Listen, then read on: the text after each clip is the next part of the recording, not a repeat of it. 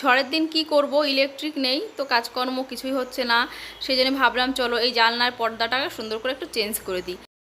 বৃষ্টি যে খুব একটা হচ্ছে তা না, ঝড়ও শুরু হয়নি এখনও তেমন করে, হালকা হাওয়া হচ্ছে।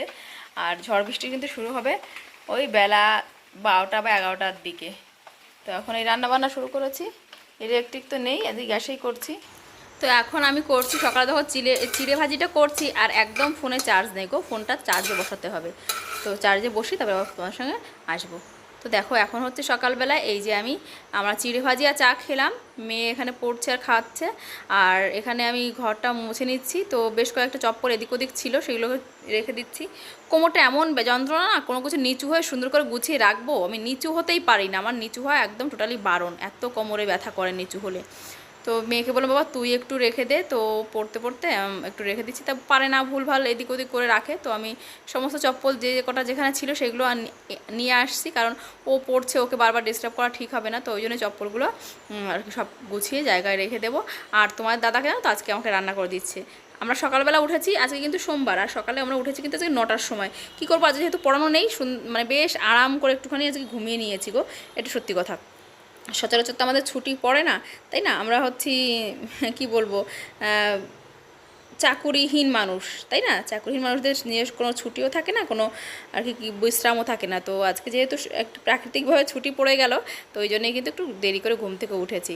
তো আমি একটু পরিষ্কার করেছি নিচ্ছি কাজগুলো, আর তোমার দাদা যেহেতু রান্না করে দিচ্ছে আজকে আমার অনেকটা রিলিফ হচ্ছে, কারণ এই কাজগুলো করার পর রান্না করতে গেলে না সত্যি দেরি হয়ে যেত। আর মেয়েটা সারা রাত খুব আর কি কষ্ট পেয়েছে, ছোটো মেয়েটা সারা রাত বমি করেছে, খেয়েছিল হচ্ছে লিচু খেয়েছে, আর খেয়েছে হচ্ছে ওই নিমকি খেয়েছে, নিমকিটা একটু বেশিই খেয়ে ফেলেছে। আর লিচুটা খাওয়ার জন্য না ওটা কেমন গ্যাস হয়ে গেছে, গ্যাস হয়ে প্রচুর 3-4বার বমি করেছে। রাত্রেবেলায় উঠে উঠে জল খাওয়ানো, মানে প্রচুর ঝামেলা হয়েছে, রাত্রে একটু ঠিক করে ঘুম হয়নি বলে না এই সমস্যাটা হয়েছে। তো এই এমনিতেই ঝড় বৃষ্টি, তার মধ্যে হচ্ছে মেয়ে যদি অসুস্থ হয়ে পড়ে, কেমন একটা ভয় আর কি চাপা আশঙ্কা কাজ করে মনের মধ্যে, ওই জন্য রাত্রে না ভালো ঘুম হয়নি। এখানে বড় মেয়ে পড়ছে, ওর তো স্কুল খুললেই তো পরীক্ষা থাকবে, পরীক্ষার পর পরীক্ষা, প্রত্যেক দিন একটা দুটো করে পরীক্ষা, সেই জন্যে মেয়ে একটু পড়ছে, কারণ সিলেবাসটা শেষ না করলে তো আবার পরীক্ষার সময় তখন আবার রেজাল্টে তার একটা ছাপ পড়বে। তো ওই জন্যেই নিজে নিজেই বই নিয়ে বসে গেছে পড়তে। আর ছোটো মেয়ে এখন ঘুমাচ্ছে, সারা রাত ঘুমাতে পারেনি বলে। এখানে টিপ টিপ টিপ টিপ করে বৃষ্টি পড়েই যাচ্ছে, তো আমি ছাতা ধরে না এখানে একটুখানি কাজ করে নিচ্ছি, কারণ দেখো ঘরের সামনেটা যতই গাছের পাতা টাতা পড়ে থাকে না বিরক্ত লাগে। তো আমি এখানে পরিষ্কার করছিলাম।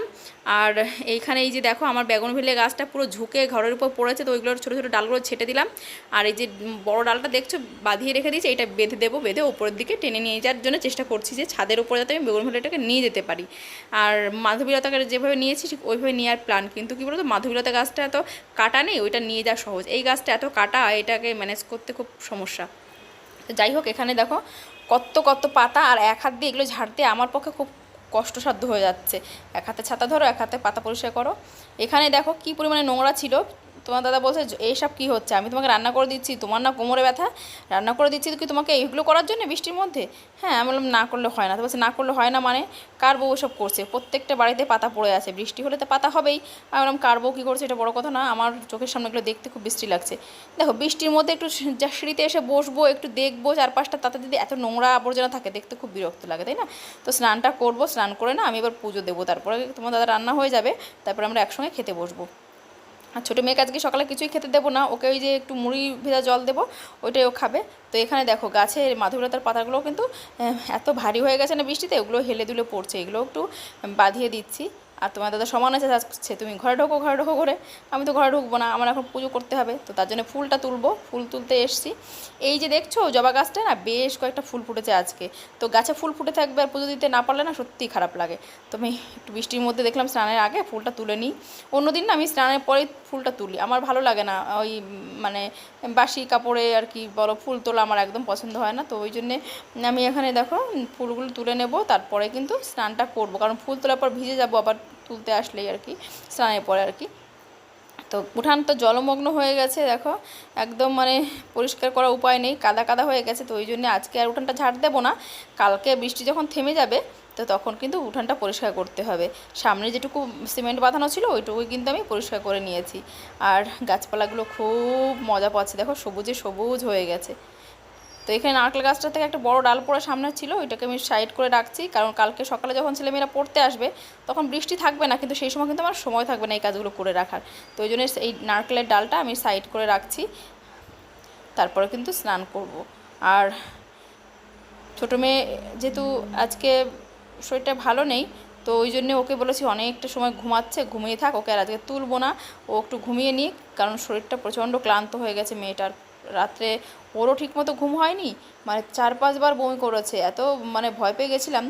তো ওষুধটা খাওয়ানো হয়েছিল, তার জন্য অতটা উইক হয়নি, আর বারবার করে ওআরএসটা খাওয়ানো হচ্ছিল বলে আর খুব একটা অসুস্থ হয়নি। তবু ভাবছিলাম যে হসপিটালে যদি নিতে হয় এই ওয়েদারের মধ্যে, এই জন্য প্রচুর না ভয়ে রাত্রে একটু ঠিকমতো ঘুম হয়নি। তো মানুষজন রাস্তা খুব একটা নেই, একজন দুজন।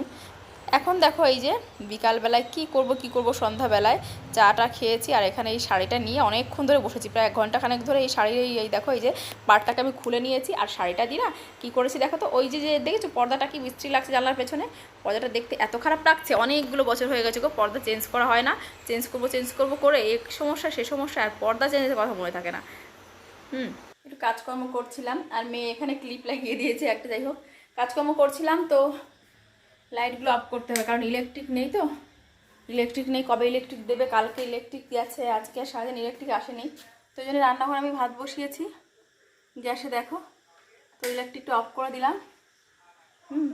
একটা ইলেকট্রিকই জ্বালবো, বাকি ইলেকট্রিকগুলো বাল্বগুলো সব অফ করে দিতে হবে। তো এখন আমি একটু চা খাচ্ছি, এখন হচ্ছে দেখো 8:30, আর এই পর্দাটা আমি বানাচ্ছি এখন, এই যে দেখো, কারণ পুরনো এই পর্দাগুলো না, এই পর্দাগুলো আমার আর ভালো লাগছে না দেখতে, তো আমি এই শাড়িটা কেটে এতক্ষণ বানাচ্ছিলাম। এই যে এখনও সেলাই করছি বসে বসে, এই যে দেখো বসে এই যে সেলাই করছি, আর এই যে পাশে আমার চা দেখতে পাচ্ছ, তো চা খাবো, চা না খেলে না কোনো কাজে এনার্জি পাই না, এটা খুব একটা বাজে অভ্যাস। তো ওনাটা দিয়ে মানে শাড়িটা দিয়ে অনেক হাওয়ায় উড়ে যাচ্ছে, নিচে ভারী কিছু একটা দিয়ে আর কি সুন্দর করে ডিজাইন করব, যাতে পর্দাটা হাওয়ায় উড়ে না যায়। তো আমি বাকি এইটাও করে নেব এখন, তারপর তোমাদের সঙ্গে শেয়ার করছি, দেখা যাক কেমন লাগে আর কি, খুব ভালো হোক না হোক, কতটা ভালো হয় সেটাই তোমাদের সঙ্গে শেয়ার করবো। তো চলো বানিয়ে নিই। হাওয়াতে ওড়না আমার এই জানলার পর্দা উড়ে যাচ্ছে, তো এটাকে বানিয়েছি, কেমন দেখাচ্ছে তোমরা অবশ্যই বলো। বন্ধুরা রাতের বেলা না অতটা ভালো লাগছিল না, এখন না দিনের বেলা অনেকটা সুন্দর লাগছে। হ্যাঁ, তো এই দেখো এলোমেলো হয়ে রয়েছে, একটু সামনেটা আর কি তোমাদের সঙ্গে শেয়ার করছি, একটু পরিষ্কার করে নিই, বিছনাটা খুব খারাপ অবস্থা হয়ে গেছে গো, তো বিছনাটা একটু পরিষ্কার করে তোমাদের সঙ্গে শেয়ার করছি। দেখো এই যে এখন দেখো দিনের বেলায় কত সুন্দর লাগছে না বলো, দারুণ লাগছে, আমার তো ভীষণ পছন্দ হয়েছে। এই শাড়িটা তো ঘরে পরেই ছিল, আমার তো শাড়ি সেরকম পরা হয় না, তো সেই সিম্পলি একটা শাড়ি দিয়ে এত সুন্দর একটা পর্দা বানিয়ে নিতে পারবো আমি স্বপ্নে ভাবিনি। তোমাদের যদি ভালো লাগে অবশ্যই কিন্তু কমেন্ট করে জানিও।